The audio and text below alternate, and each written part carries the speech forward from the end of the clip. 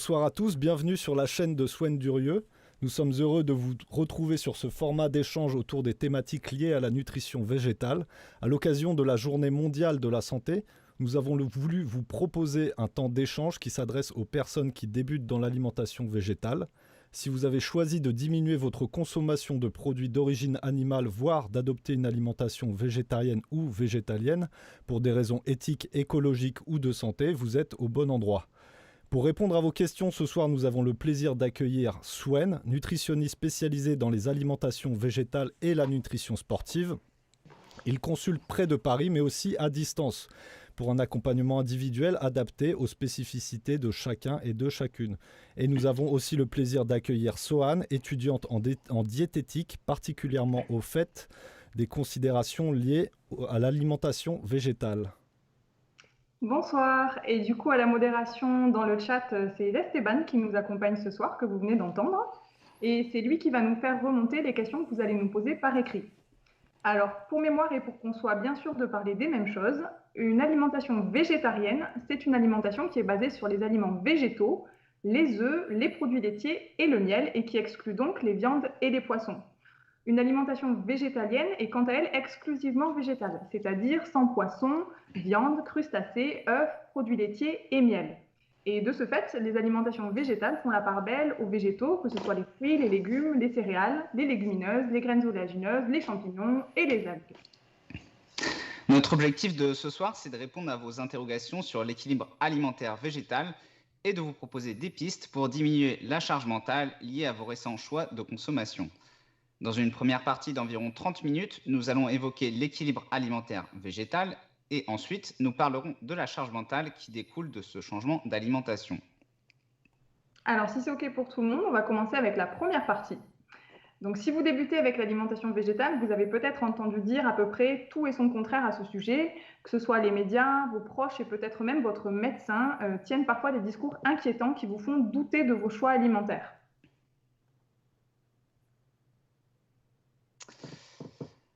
Vous avez peut-être des craintes sur des risques de carence en protéines, en fer, en acides gras, en vitamine D, en vitamine B12 ou quoi que ce soit d'autre. Vous avez peut-être aussi le sentiment que c'est compliqué d'équilibrer des repas végés ou que cela n'est pas accessible aux personnes enceintes, âgées ou sportives. Ce que l'on vous propose ce soir, c'est de répondre à vos questions et de vous rassurer sur le fait qu'il est possible d'avoir une alimentation végé saine et savoureuse qui fournit tous les nutriments dont vous avez besoin sans que cela soit compliqué. Alors si ce n'est pas encore fait, n'hésitez pas à poser vos questions par écrit dans le chat. Alors on n'aura peut-être pas le temps de toutes les traiter, mais on va faire de notre mieux pour à la fois vous répondre et rester dans le timing de ce live qui devrait durer à peu près 1 heure.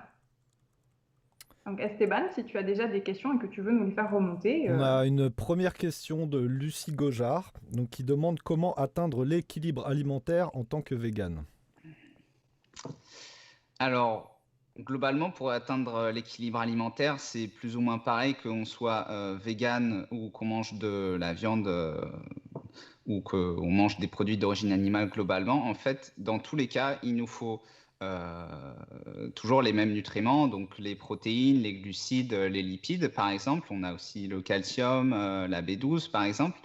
Et en fait, très schématiquement, qu'on soit végane ou pas par exemple, dans un repas par exemple au déjeuner, il nous faut une moitié de protéines. Donc en général, par protéine, on entend soit viande, poisson, œuf, fromage. Ou alors quand on est végé, en l'occurrence, on va plutôt cibler les céréales et ou les légumineuses qu'on peut mélanger ou pas en fait au cours d'un repas. Et à côté, en fait, on va avoir des légumes. Donc voilà, une autre moitié d'assiette va être dédiée aux légumes. On peut avoir un légume ou plusieurs. Plus on en a, mieux c'est en termes de diversité alimentaire. Et enfin, dans cette assiette, on va rajouter des lipides, donc de l'huile d'olive par exemple. Mais en l'occurrence, en tant que vegan, c'est intéressant d'ajouter des oméga 3 qu'on trouve en général plutôt dans le poisson. Donc en tant que vegan, on n'a pas vraiment de source d'oméga 3, si ce n'est notamment l'huile de colza. Donc on conseille 2 cuillères à soupe d'huile de colza par jour sur un plat déjà cuit. Attention, il faut pas faire cuire l'huile de colza. C'est une huile qui se prend crue. contrairement à l'huile d'olive ou à l'huile de tournesol, par exemple. Et voilà pour la réponse. Est-ce que Swan, tu veux compléter? Oui, je compléterai bien justement sur les sources d'oméga 3. Et donc, il y a l'huile de colza qui est assez connue par rapport à ça.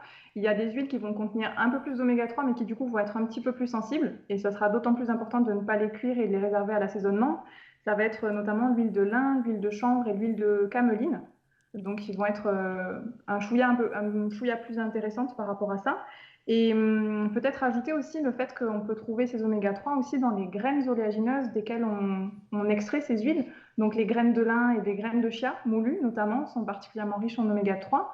Et ça peut être sympa à ajouter en termes de condiments et parfois même sur des plats sucrés. Dans un yaourt végétal, dans une compote, dans une salade de fruits, c'est plus facile à intégrer qu'une huile de colza pour le coup. Mais Oui. voilà, ça permet une diversité. Et sinon, je valide ce que tu disais précédemment. C'est cool, on est d'accord, c'est déjà un bon début. C'est un bon début. Donc après, voilà, ça c'est le schéma très type d'une alimentation équilibrée. Alors après, c'est sans parler de boissons végétales, par exemple, qui sont intéressantes pour leur rapport en calcium. Bien sûr, il y a l'hydratation. Le fer qui s'obtient notamment grâce aux légumineuses et aux céréales qu'on complète par un apport de vitamine C.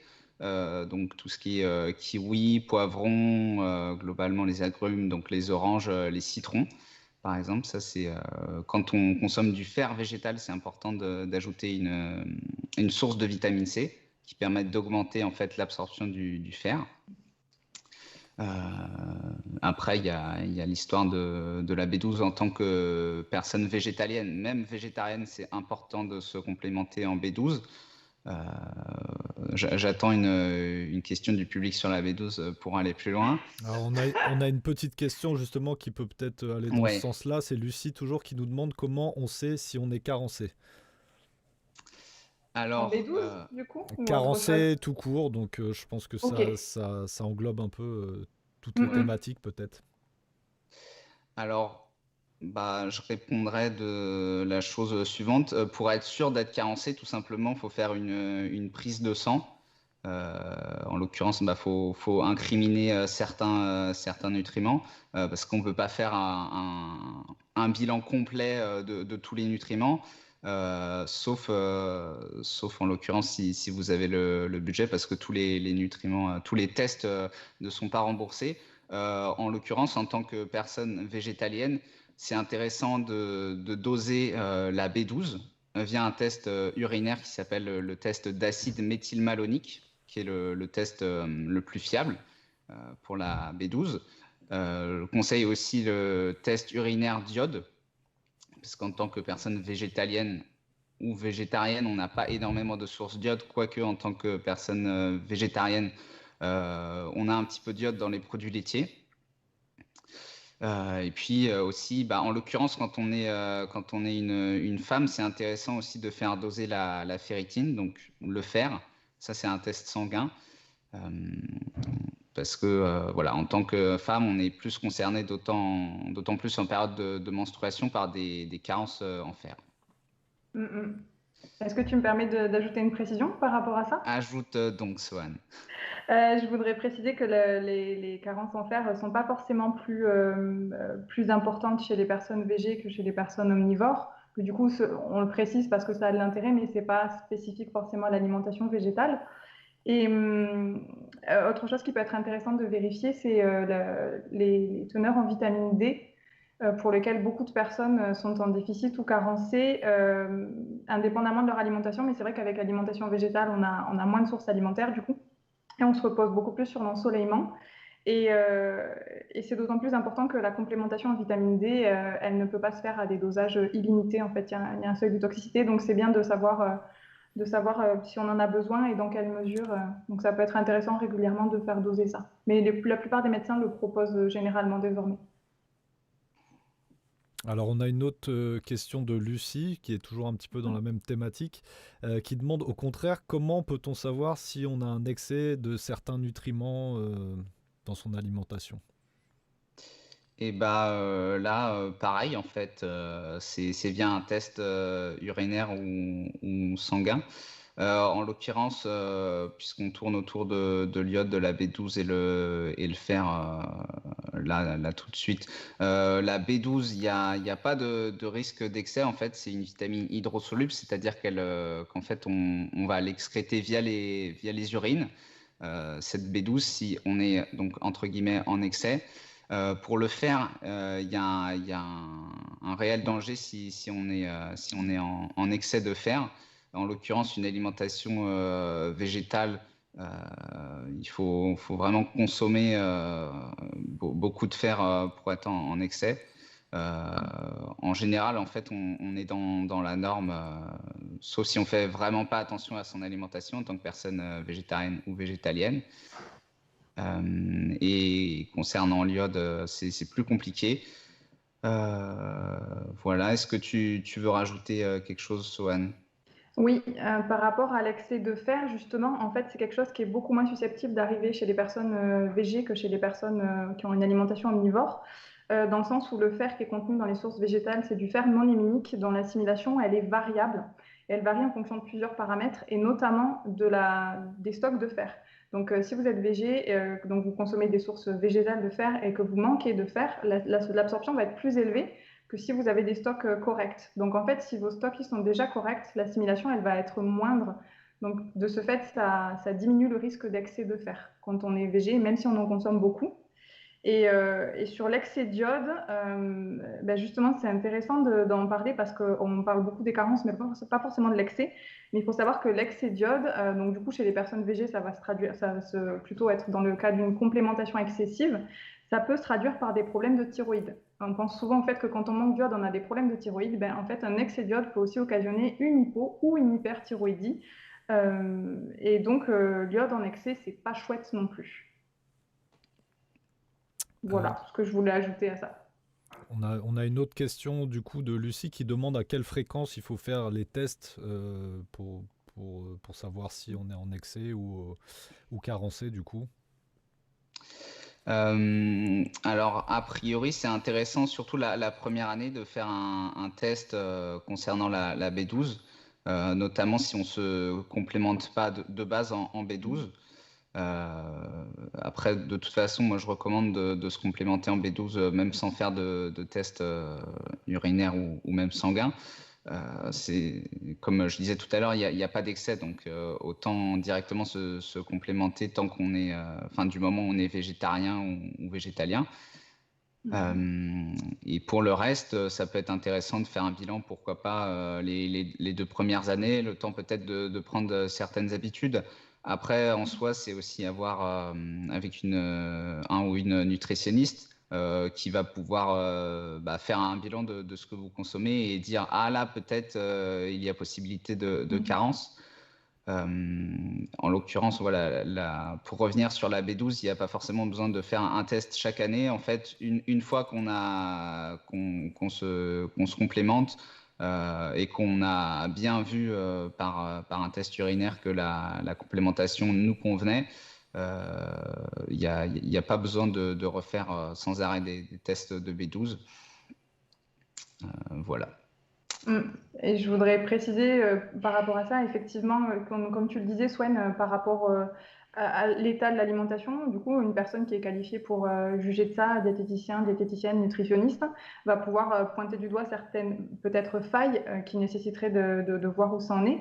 Et bien évidemment aussi, il y a des symptômes qui peuvent alerter, et ça, c'est votre médecin ou la personne qui vous suit pour l'équilibre alimentaire qui pourra vous orienter là-dessus, notamment sur ce qui est des déficits ou des carences en fer, qui peuvent occasionner notamment des états de fatigue chronique ou des pertes de cheveux, ou des symptômes d'une carence en B12, dont on sait d'ailleurs qu'ils interviennent parfois assez tard, en fait, quand la carence est déjà installée, donc c'est un indicateur tardif.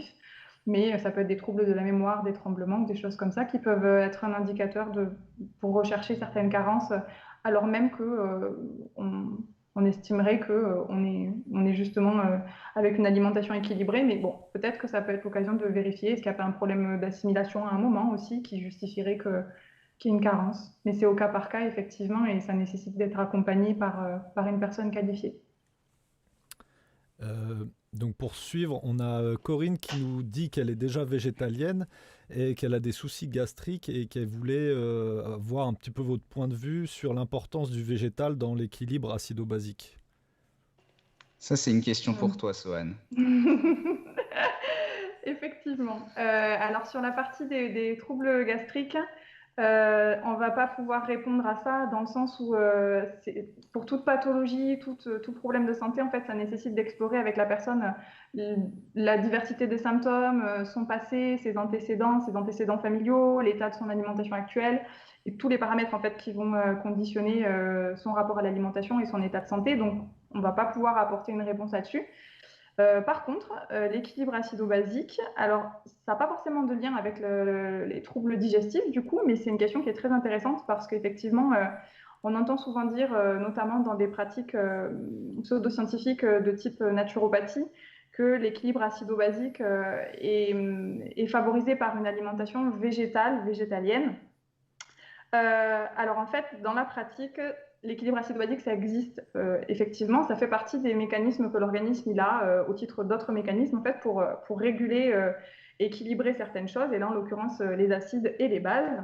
Et donc, on a la recherche constamment de cet équilibre-là. Et il y a ce qu'on appelle des systèmes tampons qui opèrent au niveau des reins et des poumons qui sont en charge d'éliminer les excès d'acides, que ce soit des acides qui sont produits par le métabolisme, c'est-à-dire juste du simple fait qu'on est en vie, ou des acides qui sont issus du métabolisme digestif, donc issus de ce que l'on consomme. Et ces systèmes tampons, ils fonctionnent très bien. Il n'y a pas forcément besoin de les ménager plus que ça. Ils savent très bien faire leur job de la même manière qu'on respire sans avoir besoin d'y penser. L'équilibre acido-basique, il se régule tout à fait correctement. Le seul moment en fait où c'est pertinent d'insister sur ce point, c'est lorsqu'on a une pathologie rénale ou parfois pulmonaire, en fait une pathologie qui va pouvoir entraver le bon fonctionnement de ces systèmes tampons.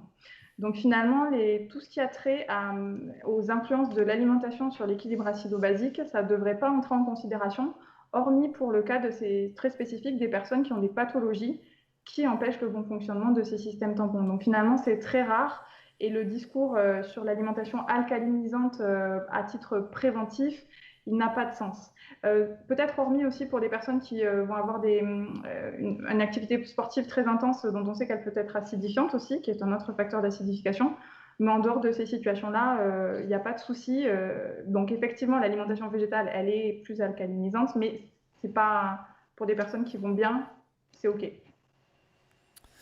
On a une question d'Almandra qui demande dans quels aliments on peut trouver de l'iode. Eh ben alors, après ça dépend du régime alimentaire. Disons quand on mange encore du poisson, c'est une bonne source d'iode, le poisson. On a aussi le sel iodé. Tous les sels de table ne sont pas enrichis en iode, donc en fait il faut que ce soit marqué enrichi en iode sur le paquet de sel. On a aussi les algues qui sont très très riches en iode, et là il faut faire très attention. En général, c'est de l'ordre de 1 gramme ou 2 grammes qu'on recommande cette consommation d'algues, sachant que voilà, on peut très rapidement être en excès. On a aussi le lait qui contient de l'iode. Après, il faudrait consommer plus d'1 litre de lait pour compléter ses apports journaliers recommandés en iode. Donc c'est plus de l'ordre d'une aide pour l'apport en iode, le lait en l'occurrence. Voilà les principaux aliments dans lesquels on trouve de l'iode. Et pour ajouter une précision par rapport aux algues, justement, je voudrais insister sur une algue spécifiquement parce qu'on l'entend souvent comme étant mise en avant pour sa teneur en iode, c'est l'algue kombu. Et c'est justement pour ça en fait qu'il ne faudrait pas en consommer ou très très peu parce qu'elle est très très riche en iode. Et comme on l'a évoqué tout à l'heure, un excès d'iode, ça peut dérégler le fonctionnement de la thyroïde ou accentuer des dérèglements thyroïdiens déjà en place. Donc les autres algues marines en quantité modérée, c'est OK. L'algue kombu avec grande modération. Moi, je crois qu'il y a des algues, alors je ne sais plus si c'est la kombu ou l'algue wakame, en consommant 100 grammes, donc bien évidemment a priori des teneurs qu'on va pas consommer, mais on en est à à 12 700%, je crois. Enfin, je ne sais plus si c'est pour 100 grammes, peut-être moins, mais dans tous les cas, oui, c'est des teneurs vraiment très, très élevées en iode, en général, les algues. Donc, en fait, voilà, faut plus vraiment faire attention, sélectionner avec soin l'algue qu'on consomme. Et voilà, en règle générale, c'est de l'ordre de 1 gramme ou 2 grammes qu'on va consommer par jour, Un peu sachant que comme ça, un condiment. voilà, ça, c'est la teneur crue. Donc ensuite, on peut la réhydrater, auquel cas ça pèse plus, mais voilà, à la base, c'est la teneur crue. C'est ça. Mais du coup, wakame, dulce, nori, de mémoire, c'est à peu près des teneurs à peu près équivalentes. Et c'est vrai que loin devant, il y a l'algue kombu qui est vraiment qui explose tous les scores et qui devrait presque pas être consommée en fait, quoi. Après, il y a une algue qui est plus problématique, mais normalement, on la trouve pas par chez nous. Enfin, en tout cas, j'en ai jamais vu. C'est l'algue hijiki, qui elle pousse dans des milieux où elle aurait tendance à se gorger d'arsenic. Et du coup, c'est moyen en termes de santé, la consommation d'arsenic. Oui, globalement, les algues captent très, très bien, malheureusement, les métaux lourds. Donc, il faut faire attention quand on consomme, que ce soit ce soit une culture de qualité, notamment des algues bio. Ouais. Ben, de culture, en fait, comme tu le dis, c'est plus sûr que les algues sauvages, finalement. Ouais. Ouais. Alors on a Marie qui nous dit qu'étant sensible à la cause animale, elle réfléchit à franchir le pas d'une alimentation végé. Et elle voulait savoir si elle doit le faire progressivement ou du jour au lendemain. Et bah, en fait, ça dépend de son alimentation actuelle. Si elle est déjà quasiment végétarienne, voire végétalienne, comme là, on n'a pas plus d'infos. Si elle consomme déjà pas mal de végétaux et en fait surtout les légumineuses et les céréales qui sont très riches en fibres. En fait, c'est surtout ça entre guillemets le souci quand on passe à une alimentation végé, en dehors de savoir équilibrer son alimentation, c'est que en fait ça va être très riche en fibres. Et les fibres vont avoir un impact au niveau du transit intestinal. Et notamment, ça peut causer des ballonnements, surtout les fibres des légumineuses, ce qui va faire que, en fait, on va notamment avoir envie d'aller aux toilettes assez fréquemment. Et voilà, moi, c'est surtout par rapport à ça que j'avertis les personnes qui souhaitent végétaliser leur alimentation. C'est surtout par rapport aux fibres qu'au début, ça peut être un peu dur au niveau du transit. Vous allez à la selle 3-4 fois par jour, alors que a priori, quand on a une alimentation standard omnivore, ou à plus 1 à 2 fois max aux toilettes, mais en tant que végé, on connaît pas mal les toilettes. Et je voudrais rajouter par rapport à ça, je suis tout à fait d'accord, quelque chose qui peut aider à la transition, du coup, d'aller vers une alimentation 100% végétale, justement pour éviter ça, ça peut peut-être dans un premier temps d'éviter les céréales complètes pour pas surcharger du coup par rapport aux fibres, en gardant en tête qu'en fait c'est temporaire, c'est vraiment le temps que la flore intestinale s'adapte à ces nouveaux apports réguliers en fibres et que la flore du coup développe des compétences qui lui permettent de digérer ça. Et un autre truc important, mais qui vaut même en dehors de toute transition alimentaire, c'est la mastication. On l'oublie souvent, mais c'est la première étape de la digestion. C'est la bouche est le premier organe du système digestif. Et le fait de mastiquer, ça va aider à digérer notamment tout ce qui est à base de fibres, entre autres. Et donc, mieux mastiquer, prendre le temps de manger lentement, ça va ensuite aider à mieux digérer et faciliter une transition de cet ordre-là. Et pour rebondir un petit peu sur la mastication et compléter, en fait, il faut savoir que la digestion, c'est un processus qui prend toujours quasiment le même temps. L'organisme est entre guillemets pré-réglé pour digérer à une certaine vitesse. Et en fait, l'intérêt de la mastication, comme le dit Swan, c'est que c'est la première étape de la digestion. En fait, ça, c'est la seule étape qu'on peut contrôler. Donc, autant mâcher pas mal parce que déjà, ça permet d'arriver à satiété et de vraiment manger à sa faim et de manger en étant conscient de ce qu'on mange. Comme de nos jours, on n'est plus forcément très, très conscient de ce qu'on consomme, en train de discuter, en train de regarder la télé. Et puis, notamment, ça permet de mieux absorber les nutriments. En fait, plus on fait le travail de casser les nutriments, en fait, quelque part avec la bouche, en fait, plus ça va faciliter ce travail de décomposition à l'organisme. Et donc, plus on va absorber les nutriments. Enfin, mieux on va les absorber. Voilà. Alors, on a une question de Lucie qui revient sur la thématique précédente et qui nous parle de la spiruline. Elle demande si c'est une algue et s'il y a de l'iode dedans. Alors, l'algue, il me semble que c'est une cyanobactérie, je crois. Est-ce que... Oui, c'est ça. Oui. Alors, par contre, je ne saurais pas expliquer ce qu'est une cyanobactérie. Si tu as la définition, Sohan. Ça n'est pas une algue. Ce n'est pas une algue, voilà. Voilà, je n'en sais pas plus que toi. Ok, donc éventuellement, on ira se renseigner. Ouais. Est-ce qu'il y a de l'iode dedans? Non. Alors, quand vous ne savez pas... Oui, il n'y a pas d'iode? Ok. Il n'y a pas d'iode. L'iode, elle est contenue dans dans les algues et les produits qui sont issus d'un milieu marin. Et pour le coup, la spiruline, c'est qualifié d'algue d'eau douce, mais du coup, c'est une cyanobactérie d'eau douce. Donc, elle est cultivée dans des milieux qui ne contiennent pas d'iode, et donc, elle ne contient pas d'iode non plus. Elle est souvent promue dans les alimentations végétaliennes pour sa teneur en fer et pour sa teneur en protéines.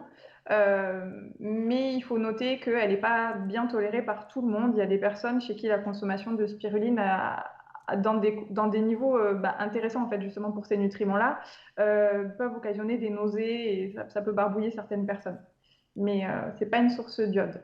Et ce n'est pas non plus une source de vitamine B12. J'en profite parce que la question n'a pas été posée, mais on le lit et on l'entend souvent.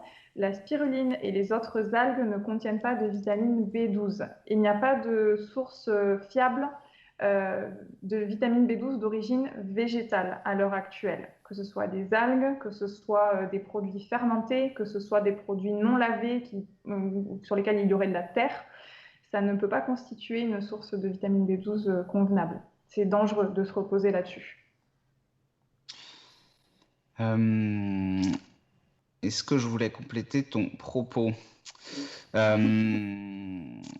je propose peut-être que les gens, si vous êtes intéressé par la B12, Swen a fait un podcast là-dessus, enfin un podcast vidéo sur sa chaîne YouTube, donc vous pouvez aller directement dessus. Tout est très bien expliqué dessus, donc n'hésitez pas à aller le regarder si vous avez besoin de plus de renseignements. Alors, on a une peut-être dernière question pour cette première partie d'Almandra qui demande quelles sont les différences entre les fibres solubles et insolubles. Alors, en gros, c'est surtout au niveau du transit que ça joue, les fibres solubles et insolubles. Alors, comme tu es encore dans tes cours, Swan, tu peux m'arrêter je prends si tu veux. si j'ai moins bonne mémoire que toi. Oui. Mais il me semble que les fibres solubles ralentissent la digestion. Et en fait, les fibres insolubles accélèrent voilà, la digestion. Donc en l'occurrence, les fibres solubles, c'est intéressant pour la satiété, pour entre guillemets le contrôle du poids, comme on aime à dire. Au contraire, donc entre guillemets des fibres insolubles pour faire court. Et en fait, c'est intéressant globalement quand on consomme des fibres, notamment solubles, de bien s'hydrater en fait. Et insolubles. Ouais. Parce que finalement, les fibres insolubles, ce sont elles qui captent le plus d'eau. Puisque c'est justement ça qui justifie cet effet un peu laxatif. Mais après, quoi qu'il en soit, la teneur en fibres d'un aliment ou d'un repas, elle va en général avoir plutôt un effet laxatif plus ou moins léger. Laxatif, ça ne veut pas forcément dire que c'est excessif, mais d'une manière générale, les fibres, qu'elles soient solubles ou insolubles, dans un repas, ça va avoir tendance à accélérer le transit. Ou le faciliter, ça dépend d'où on part en fait. Oui. On a peut-être une dernière question. Il est 19h10, vous en pensez quoi? Est-ce que vous voulez qu'on la traite ou on passe à la suite? Bah, moi, je pense que c'est une question Ok, pertinente. alors ce sera la dernière question pour la première partie. Et donc on a Ok. Corinne qui nous demande ce que vous pensez des aliments véganes qui débarquent en masse dans les étals de supermarchés. Elle craint qu'ils ne soient pas forcément très bons et équilibrés. Qu'est-ce que vous en pensez? Hmm. Je sens que tu as envie de réagir, Swan. Non? Oui, moi ça me va, ouais. En fait, oui, effectivement. Alors, il y a des choses positives et des choses négatives. L'aspect positif, c'est que ça permet de rendre accessible l'alimentation végétale au plus grand nombre, sans avoir trop de charges de préparation pour les repas, donc des repas faciles à préparer. Euh, une diversité qu'il n'y avait pas forcément précédemment aussi, qui peut rendre le fait de suivre une alimentation végétale plus facile, plus agréable pour les personnes qui ont ces préférences-là. Après, il ne faut pas oublier que la plupart de ces produits restent des produits ultra transformés. Et du coup, ils ont beau être véganes, végétariens, ils ont les problématiques qui découlent du fait qu'ils sont des produits ultra transformés. Donc, ça va souvent être des produits qui vont avoir une teneur en sel très importante, des teneurs en graisse excessives et surtout des graisses saturées et ou trans, donc avec possiblement du coup la charge pro-inflammatoire et problématique au niveau cardiovasculaire qui vont en découler. Et ce sont rarement des produits qui vont proposer un repas équilibré. Donc ce sont des choses qui peuvent s'intégrer dans une alimentation équilibrée à la condition d'être associées avec des produits moins transformés ou pas transformés. Est-ce que tu, est-ce que tu le vois comme ça aussi, Swan? Oui, moi je compléterais juste en rappelant qu'en fait l'équilibre alimentaire, c'est pas quelque chose qui se construit sur un repas ou sur deux, trois repas sur une journée, mais en fait c'est vraiment sur la semaine, voire sur le mois en fait. Donc si on prend un repas sans protéines par exemple, ça va pas être très grave en fait. Voilà, Mm. c'est vraiment sur le long terme qu'on régule une alimentation. Et par exemple, un exemple concret, c'est on va énormément manger sur une soirée. Après, est-ce que c'est vraiment sur de l'équilibre alimentaire? Mais voilà, c'est une grosse soirée, on boit beaucoup, on mange beaucoup. Mm. On va pas prendre de poids en fait. Enfin, on va prendre du poids pendant le repas, mais en fait, c'est pas un poids qu'on va garder sur Mhm. le long terme. Voilà pour rappeler un peu Ok. Exact. ces bases.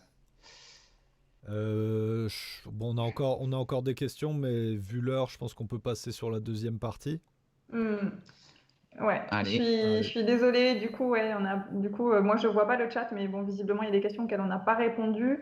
Bon, on fait au mieux parce que du coup, on a prévu de limiter dans le temps pour que ce soit confortable pour tout le monde. Du coup, on va passer à cette seconde partie. Et dans ce deuxième temps, il sera question de la charge mentale liée au choix d'adopter une alimentation végétale.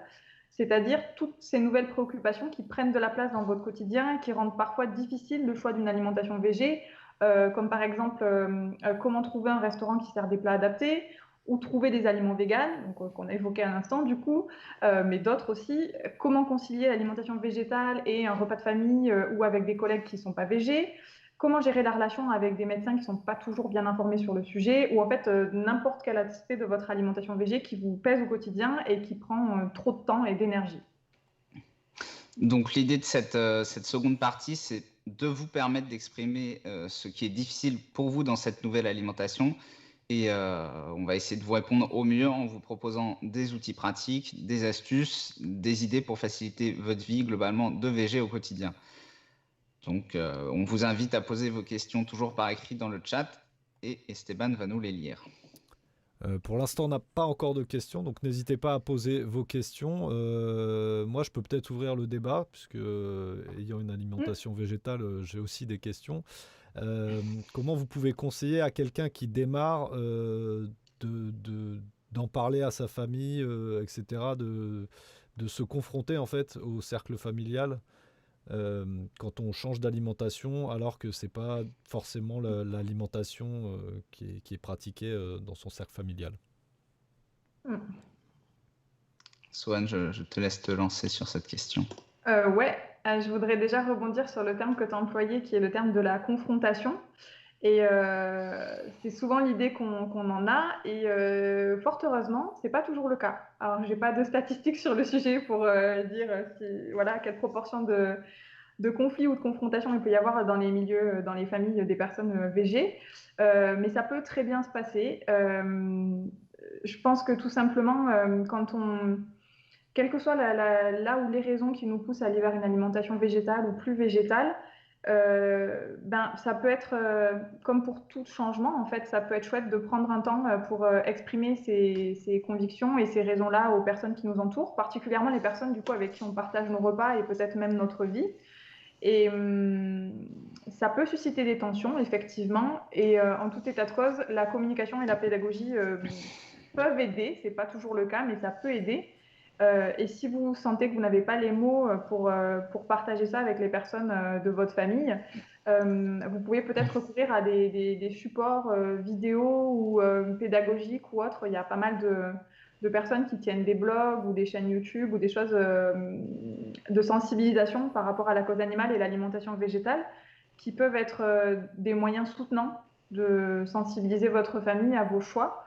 Et aussi se rappeler qu'il ne s'agit, alors pour le coup, parce qu'on parle, si on ne parle pas de véganisme et qu'on parle d'alimentation végétale, il s'agit d'un choix d'alimentation, en fait, de ne pas lui accorder plus parce que c'est souvent, comment dire, les réactions sont souvent excessives par rapport à la réalité de ce que c'est. Il s'agit juste de manger différemment, en l'occurrence, et rappeler qu'il s'agit uniquement de ça, et du coup peut-être envoyer les personnes vers des sources qui vont les rassurer sur le fait que c'est une alimentation équilibrée, et ça peut aider.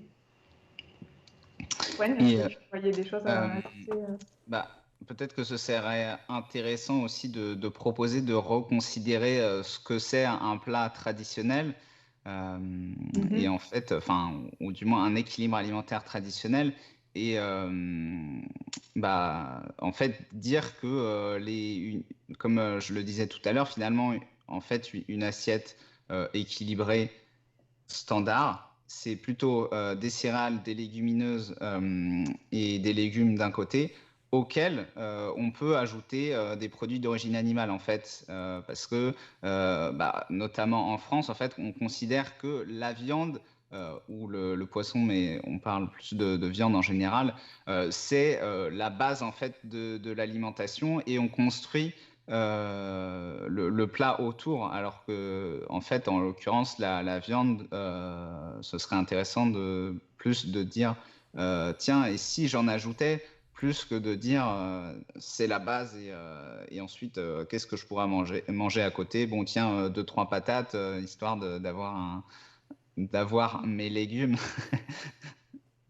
C'est ça, mais finalement, en fait, en famille, ça peut être l'occasion aussi de se lancer des défis, en fait, de dire, bon, ok, ce soir, on va faire un repas végétal tous ensemble, du coup, parce que c'est quelque chose qu'on peut partager, et de faire découvrir des nouvelles saveurs et des choses qui vont paraître inattendues, mais qui sont finalement parfois assez basiques, et qui sont très savoureuses, qui sont saines dans le même temps, et qui peuvent finalement, même pour des personnes qui ne sont pas végées, satisfaire à la fois les besoins nutritionnels et le palais de tout le monde, et mettre tout le monde d'accord au moment du repas, ça peut être chouette aussi.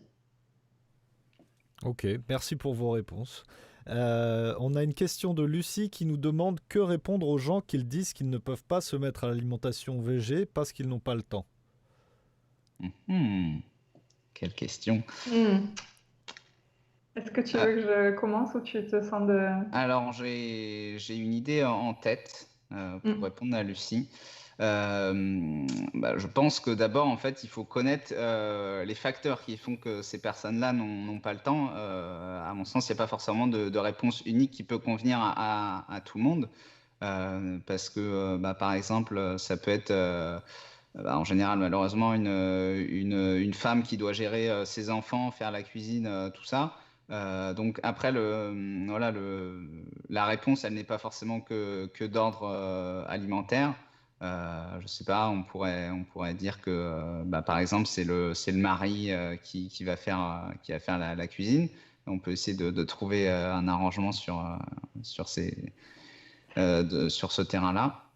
Enfin, il peut y avoir des problématiques diverses, mais si je devais donner une tentative de réponse à cette question, ce serait déjà, pourquoi pas commencer avec quelques aliments transformés dont on parlait tout à l'heure et qui peuvent faire au début, bah, au lieu d'aller cuisiner, en effet, de passer du temps à aller regarder une recette d'un côté et de se dire, dis donc, ça, c'est des aliments avec lesquels j'ai pas l'habitude de cuisiner.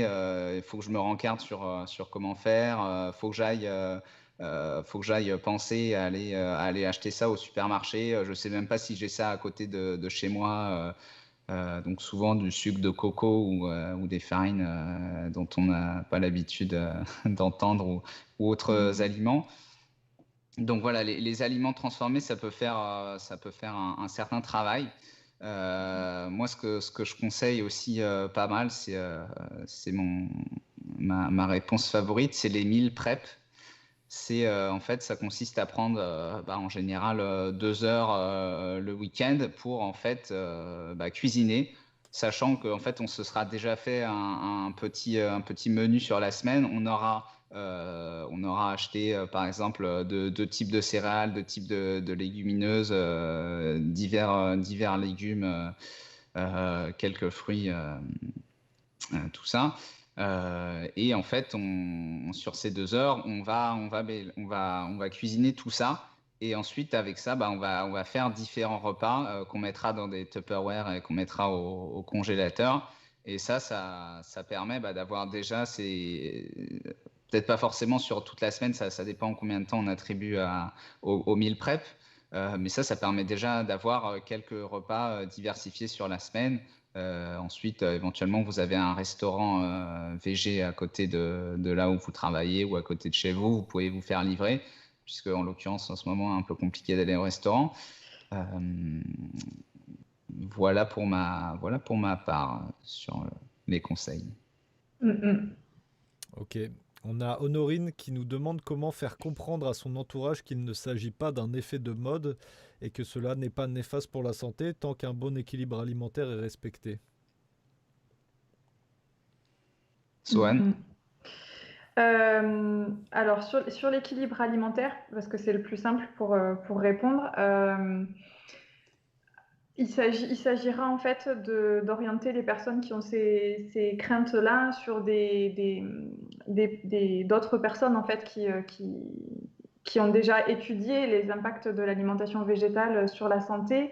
Et il s'agira de les orienter vers les bonnes personnes, c'est-à-dire des personnes qui tiennent des discours rationnels, fondés, sourcés, comme on peut le trouver par exemple sur le site de l'ONAV, donc onav.fr, qui est l'Observatoire national de l'alimentation végétale, qui alimente un site qui s'appelle jemangevégétal.fr et sur lequel donc, vous avez des ressources fiables sur l'équilibre alimentaire végétal avec les sources qui vont avec.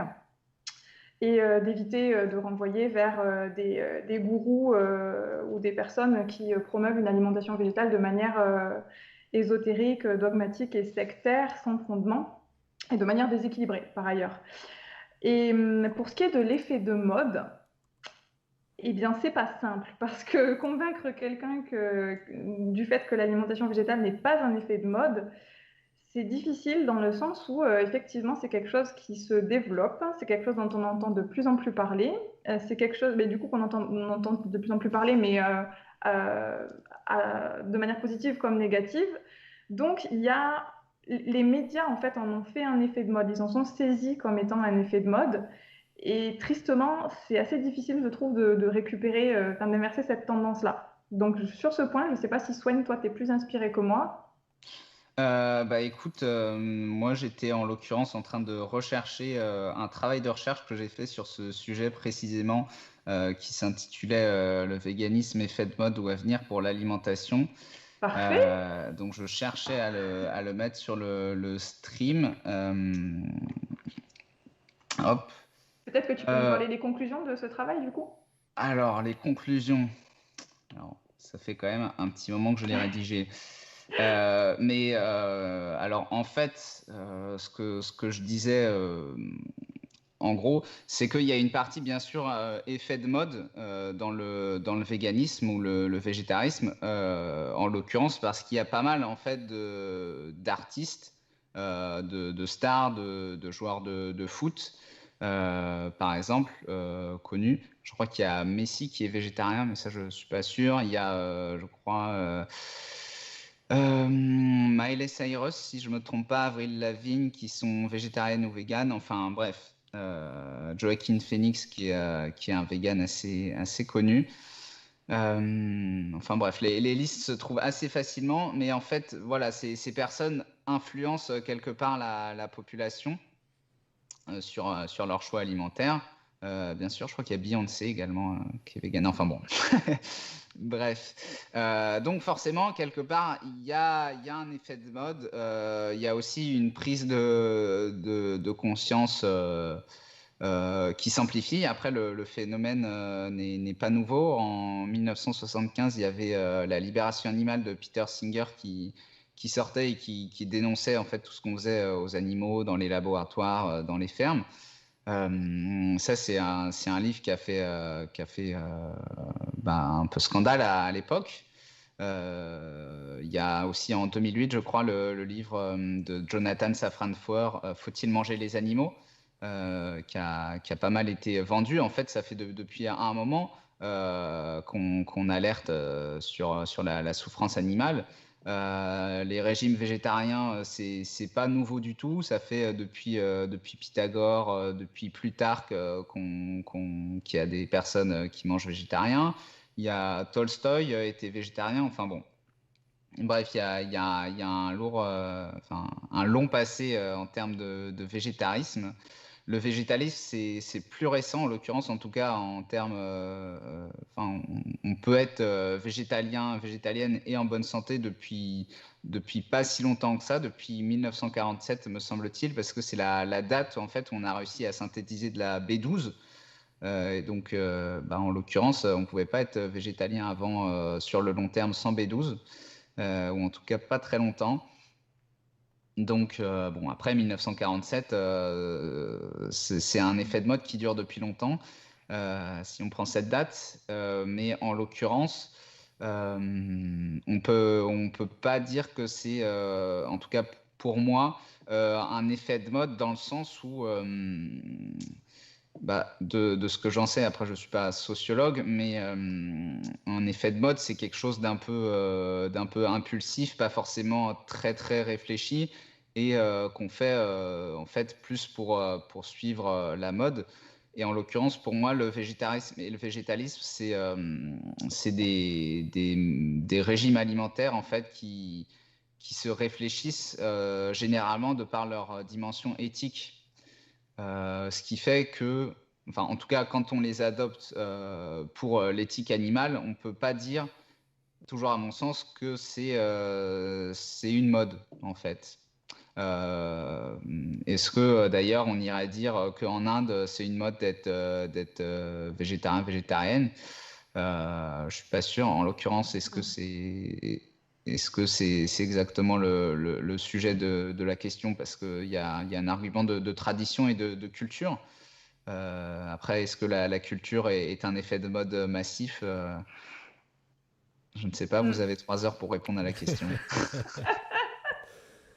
Attends, Vas-y, juste, pardon. juste un instant, je voudrais préciser parce que sinon je sens qu'on va se faire taper sur les doigts très très fort. J'avais un petit doute sur la date que tu annonçais, Swan, et j'ai pris le temps de vérifier. Donc 1948, c'est la découverte de la vitamine B12. Par contre, la synthèse, c'est 1972, donc c'est plus récent encore. Il y avait un 7 dans la date. Donc, Il y avait un pas si 7, loin que ça. et c'est ça, mais il était sur la dizaine, donc c'était pas loin. Mais je préfère le préciser parce que du coup, c'est des dates phares en fait dans l'histoire de l'alimentation végétale et c'est chouette si on peut rectifier le tir tout de suite. Du coup, on a une question de Lucie qui demande si vous recommandez le Veggie Challenge, un peu dans la continuité de cet effet de mode. Alors, Swan, je te laisse répondre. Moi, je réponds à la question d'Honorine sur mon travail de recherche. Ok. Alors, Daily Challenge. Alors, du coup, cette année, j'ai pris le temps de regarder un petit peu justement tout ce qui se disait. Je l'ai trouvé plutôt bien fichu. Donc, pour des personnes qui ne connaissent pas, en fait, il s'agit pendant Ah, autant pour moi. J'étais en train de penser au Veganuary. Est-ce que c'est la Oui, même chose? non, pas du tout. Ah, alors je vais être embêtée parce que je connais pas le contenu du Veggie Challenge. Du coup, je vais pas pouvoir me prononcer. Enfin, je préfère pas me prononcer à D'accord. défaut de connaître. Alors, Mais je vais... je Oui, peux parler du Veganuary du coup ou pas? Ou c'est hors c'est sujet par rapport à la interdit. question? C'est tout à fait interdit. Est-ce que ça reste pertinent ou pas du tout? Si toi, Bah non, en l'occurrence, je pense. c'est Enfin, pas la tu même peux chose? parler Ok. du Veganuary rapidement si tu veux convaincre des gens. Ben, l'idée du Veganuary, donc c'est bon, il y a une traduction française qui en a été faite du coup, c'est de recevoir chaque jour par mail pendant un mois des infos sur l'alimentation végétale, des recettes, des astuces. Et c'est plutôt bien fichu en fait. Mais c'est très dense par contre. Mais bon, pour le coup, qui peut le plus peut le moins. Et chaque jour, du coup, on reçoit des infos pour petit à petit mettre en place une alimentation plus végétale de manière pratico-pratique. Et ça, il y en a pour tous les goûts. Il y a du salé, du sucré. Donc je trouvais que c'était assez bien fichu pour le coup. Donc ça, oui, j'ai tendance à le recommander. Et pour compléter, ou en l'occurrence pour répondre à la Répondre. question du Veggie Challenge, euh, alors moi je m'étais abonné au Veggie Challenge, qui est donc, je ne sais pas si on l'a dit, mais un challenge proposé par L214 en 21 jours pour végétaliser son alimentation. Donc c'est un programme qui accompagne. D'après ce que j'ai vu, donc moi en l'occurrence j'étais déjà végétalien à l'époque où je me suis abonné pour voir à quoi ça ressemblait, donc je ne l'ai pas suivi, mais d'après les mails que j'ai vus, j'ai trouvé ça assez bien fait. En fait, quand on s'inscrit dessus, on a accès à un groupe Facebook d'L214 qui permet d'aller poser ses questions sur le groupe en question. En l'occurrence, je ne sais plus si c'est modéré par des diététiciennes nutritionnistes ou pas, enfin des diététiciens et des diététiciennes, ou des personnes formées en l'occurrence. Mais je trouvais que c'était intéressant, voilà, en fait, de se retrouver dans une communauté et voilà, de pas être laissé seul. euh, Comme quand on commence à prendre de nouvelles habitudes, bah, ça peut vite être déstabilisant et on n'a pas toujours des gens végés dans son entourage, donc on peut se sentir assez seul. Et donc, bah, pour continuer sur le contenu des mails qu'on reçoit quand on s'inscrit au Veggie Challenge, euh, donc on a des petites astuces alimentaires, ça parle aussi pas mal d'éthique. On a des petites images d'encouragement en disant ça y est, c'est la première semaine où vous êtes végétarien, végétarienne ou végétalienne, végétalien. Bravo à vous. Après, encore une fois, j'étais déjà végétalien à cette époque, donc je ne peux pas vraiment juger objectivement. Mais ça me semblait être assez intéressant pour s'y mettre. Alors, donc, pas forcément pour devenir végétalien, végétalienne directement, mais en tout cas, je trouvais que c'était une bonne source de motivation. Ok, je pense qu'on a fait le tour de la question. On a une question de Almandra qui demande comment faire découvrir des produits végétaliens, donc fromage, pâtés végétaux, sétane, etc., à des personnes complètement fermées à les goûter. Eh ben, ne dites pas que c'est végétalien. Voilà. Ça peut être une bonne astuce, effectivement, parce qu'il y a beaucoup de produits qui sont bluffants. Sur les fromages, c'est venu sur le tard, mais il y en a qui commencent à être sacrément bien fichus et qui peuvent être surprenants pour des personnes qui seraient réfractaires si on leur annonce que c'est vegan, effectivement. Après, voilà, il y a le mensonge sur la caractéristique vegan, mais bien évidemment, on ne force jamais personne à manger quoi que ce soit vegan ou pas, hein. On n'utilise pas la force pour ça, hein. C'est juste une image. Oui, oui, oui, oui, oui. T'as quelque chose à ajouter là-dessus, Swen? Bah, peut-être ne pas proposer aux personnes complètement fermées à l'écouter, ne pas dire hey, tu vas voir, ça ressemble vraiment à de la viande. Mm. Bah déjà parce que la personne, si elle est déjà fermée de base, elle va se dire bah ouais, ça doit pas ressembler à de la viande. On va Mm. forcément trouver quelque chose à redire en fait. Et bah, d'autant plus que quand on est végé depuis un moment, en fait, il me semble qu'on ne sait plus reconnaître le goût de la viande en fait. Donc, enfin, en tout cas, pas de façon précise. Donc, on va avoir l'impression que ça ressemble à de la viande, par exemple, ou du fromage, et en fait, non. Et Donc, en fait, c'est OK. C'est bien de préciser que c'est OK oui, aussi parce qu'en fait, on a tendance à promouvoir des produits en disant qu'ils ressemblent énormément à de la viande, à du fromage, à du foie gras ou à d'autres produits d'origine animale. Mais finalement, en fait, on peut avoir des simili qui sont différents et qui sont très, très chouettes et les promouvoir comme étant une alternative, mais qui ne sont pas censés forcément avoir le même goût, avoir les mêmes textures. Et pour autant, ils peuvent être très bons et ça peut être un plaisir de les partager pour ce qu'ils sont, en fait.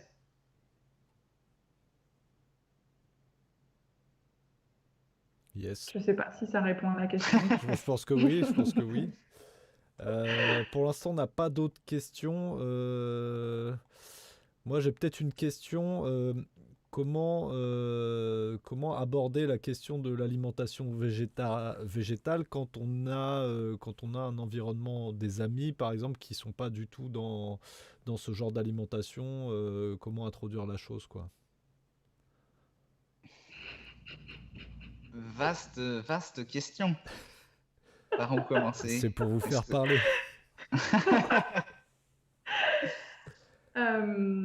Peut-être simplement, je suppose que c'est pas quelque chose qui, enfin, pour la plupart des personnes, ça vient pas du jour au lendemain. C'est l'aboutissement de tout un tas de réflexions, que ce soit en rapport avec l'éthique animale, l'écologie, la santé ou d'autres domaines que je pourrais ignorer. Du coup, je suppose que c'est pas forcément une énorme surprise pour les personnes qui sont des amis proches. Euh, du coup, peut-être que ça vient petit à petit et que du coup, ça peut être bien d'en parler tout simplement, tout naturellement. Si par contre l'idée c'est d'aborder ce sujet avec des amis dont on sait qu'ils sont réfractaires, possiblement des chasseurs, pêcheurs, personnes qui travaillent, charcutiers, ou enfin des personnes qui sont impliquées peut-être à titre professionnel ou personnel dans des activités d'exploitation animale, ça peut être plus délicat. Et ben, j'ai envie de dire, il faut voir au cas par cas et en essayant de rester bienveillant et bienveillante en tout état de cause si possible et en gardant en tête, enfin, en essayant de faire comprendre à ces personnes-là que ces choix personnels que l'on fait enfin, ce n'est pas une attaque envers leurs croyances ou leur personne, c'est un choix que l'on fait de s'alimenter de cette façon-là et pour les personnes qui le souhaitent et qui le peuvent, ça pourrait ne pas altérer les relations d'amitié avec des personnes qui sont réfractaires à ça.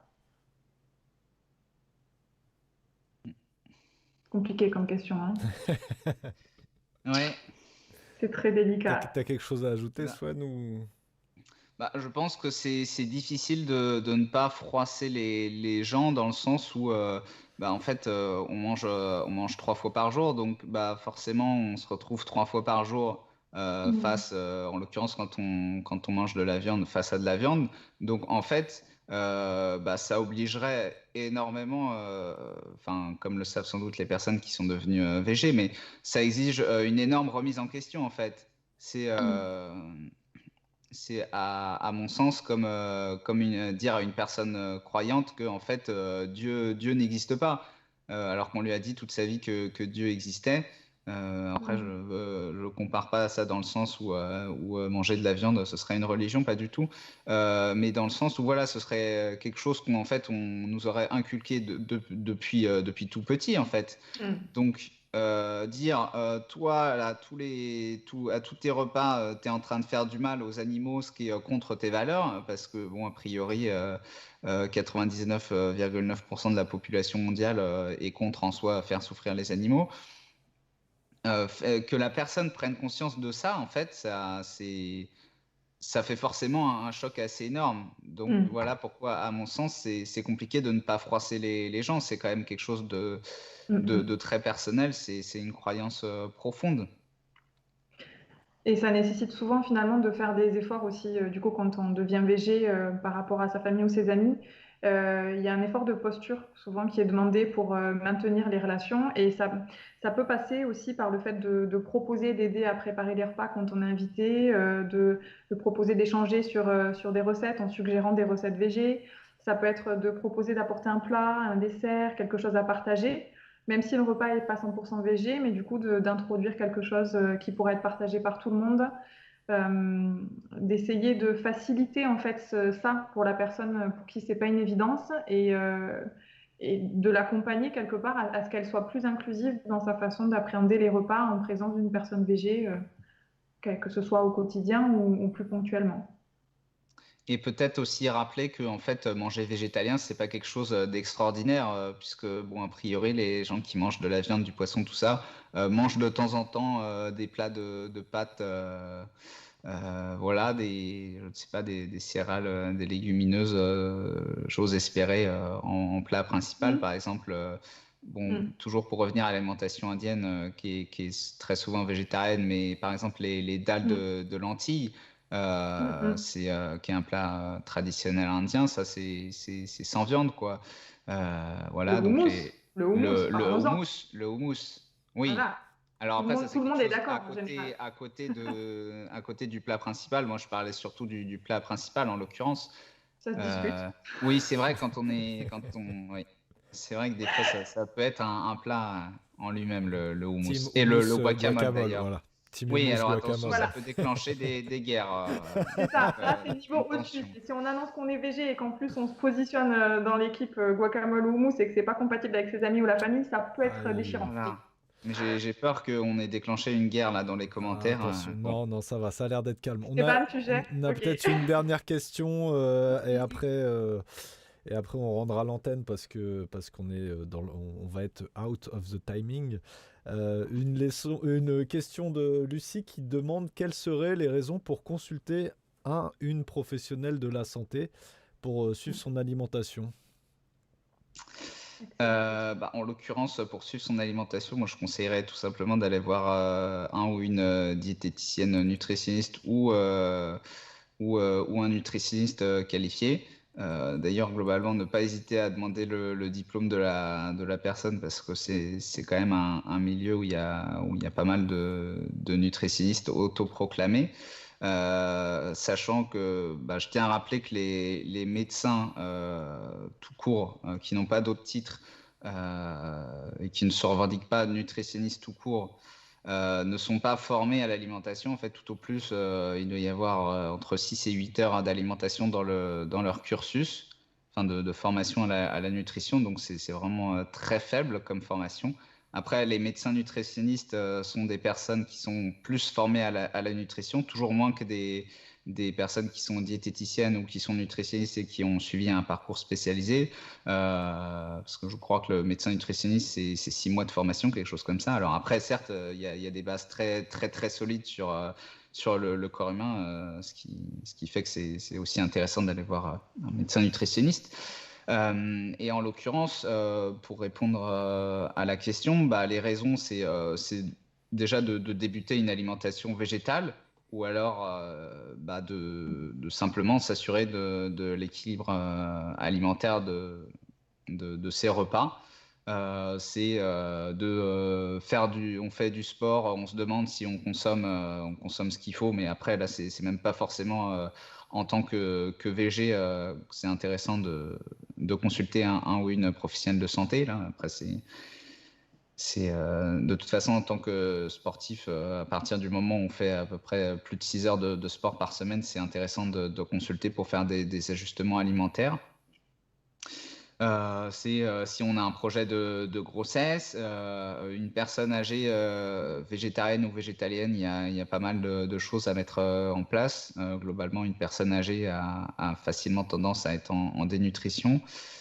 Voilà, juste faire un petit bilan de son alimentation, c'est déjà une raison de consulter un professionnel de santé, pas forcément de façon très régulière, mais juste faire une consultation bilan, enfin une ou deux consultations, histoire de voir ce qu'on peut améliorer.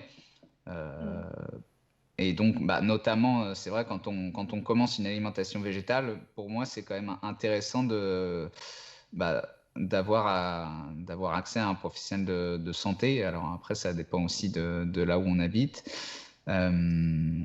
C'est pas toujours évident. En France, il n'y a pas énormément non plus de personnes qui sont spécialisées dans le domaine de l'alimentation végétale.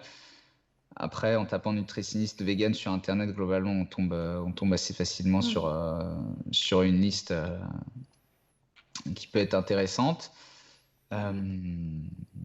Voilà, quoi d'autre? Sohan, tu veux rajouter quelque chose?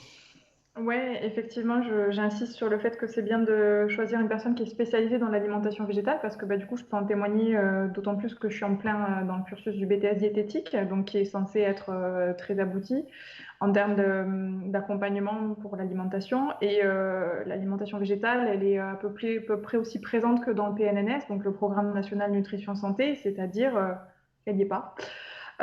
Donc ça donne des bases, mais c'est pas suffisant. Donc il faut que ce soit des personnes qui sont vraiment sensibilisées, formées à ça.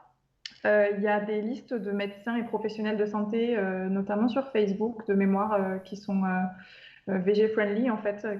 Donc ça passe par du médecin généraliste au diététicien, tous les professionnels de santé confondus. Après, il y a l'annuaire Vegan France aussi qui peut référencer un certain nombre de professionnels de santé qui sont spécialisés dans l'alimentation végétale. Et il y a aussi le site de l'ONAV, donc l'Observatoire national de l'alimentation végétale, sur lequel vous pouvez trouver la liste de ses membres, parmi lesquels il y a certains diététiciens et diététiciennes, et donc des professionnels de santé, qui pourront vous accompagner par rapport à ça. Et je confirme que c'est important quand on passe à une alimentation végétale de prendre la tâche d'un professionnel de santé. Alors, pas parce qu'il y a spécialement des risques, mais parce qu'en fait, tout le discours médical, médiatique ou autre, il est orienté sur un équilibre alimentaire omnivore. Et c'est pas plus compliqué l'équilibre alimentaire végétal, c'est juste différent. Et on est confronté souvent à l'absence de ressources ou à une multitude de ressources à l'inverse qui vont être parfois contradictoires. Et pour certaines d'entre elles qui peuvent être dangereuses, notamment dans des discours pseudo-scientifiques qui ne sont pas médicaux. Donc voilà, je voulais juste enfoncer un peu enfoncer le clou par rapport à ça et voilà. Ok, bah je crois qu'on est arrivé au bout de ce live. Je vous laisse clôturer, les amis. Yes, eh Ouais. ben parfait. Du coup, c'était un plaisir d'être là ce soir et de répondre à vos questions. Merci d'avoir participé. Donc, j'ai cru comprendre qu'il y avait des questions sur la première partie auxquelles on n'avait pas pu répondre et bon, j'en suis désolée. J'espère que vous aurez quand même trouvé dans ces échanges des infos pertinentes, rassurantes peut-être ou facilitantes pour votre alimentation végé. Et pour celles et ceux qui voudraient aller plus loin et obtenir des recommandations individuelles, donc vous pouvez par exemple solliciter Swen via son site internet ou sa page Facebook ou d'autres professionnels de santé comme on vient de l'évoquer justement. Et Swen, puisque c'est ta chaîne, je te laisse dire le mot de la fin. Et bien, puisqu'on parlait de choses soutenantes, je tiens à vous apporter un élément soutenant. Je vous conseille, si vous avez Discord, de rejoindre le projet Méduse, qui est un espace très, très soutenant pour les personnes, qu'elles soient végétariennes, végétaliennes ou pas, qui s'intéressent à la chose. Hop, je vous mets ça. Je mettrai ça dans les commentaires. Le projet Méduse, voilà, ça a pour but de soutenir les gens qui sont dans la démarche et globalement après de militer pour la cause animale, mais pas que. C'est un projet convergent qui lutte contre toutes les oppressions. Ce n'est pas le sujet de ce soir, mais en tout cas, c'est vraiment un espace que je trouve bienveillant, à défaut malheureusement de souvent les groupes Facebook qu'on trouve de végétariens et de véganes qui ne se soutiennent pas du tout entre végétariens et véganes, ce qui est très dommage. Voilà. Je vois qu'on a une nouvelle question qui arrive peut-être un peu tardivement. Peut-être dans les commentaires, tu prendras Oui, le on temps. pourra répondre dans les commentaires. Donc voilà, en conclusion, voilà, j'espère que vous avez trouvé des informations qui ont su être pertinentes pour vous. Et donc n'hésitez pas à aller regarder ma chaîne YouTube, à aller regarder la chaîne YouTube de Sohan, qui a également une chaîne dédiée à l'alimentation. Et n'hésitez pas à aller la consulter quand elle aura fini son BTS diététique. Voilà. Est-ce que j'ai d'autres choses à dire? Non. Je vous souhaite une bonne soirée. et une bonne avancée dans votre alimentation végétale si vous végétalisez votre alimentation. Un bon appétit, peut-être. Ouais. Un bon appétit, tout à C'est fait, à l'heure. 19h50. Bah, j'espère que notre conférence vous servira à cuisiner. Bon, pas sûr. Bon, bah, à très bientôt et merci à tous d'avoir suivi ce live. Et on se retrouve Ouais. sûrement bientôt sur la chaîne de Swen pour de nouvelles aventures. Pour d'autres lives, bah oui, bien sûr. Allez, au revoir tout le monde. Salut!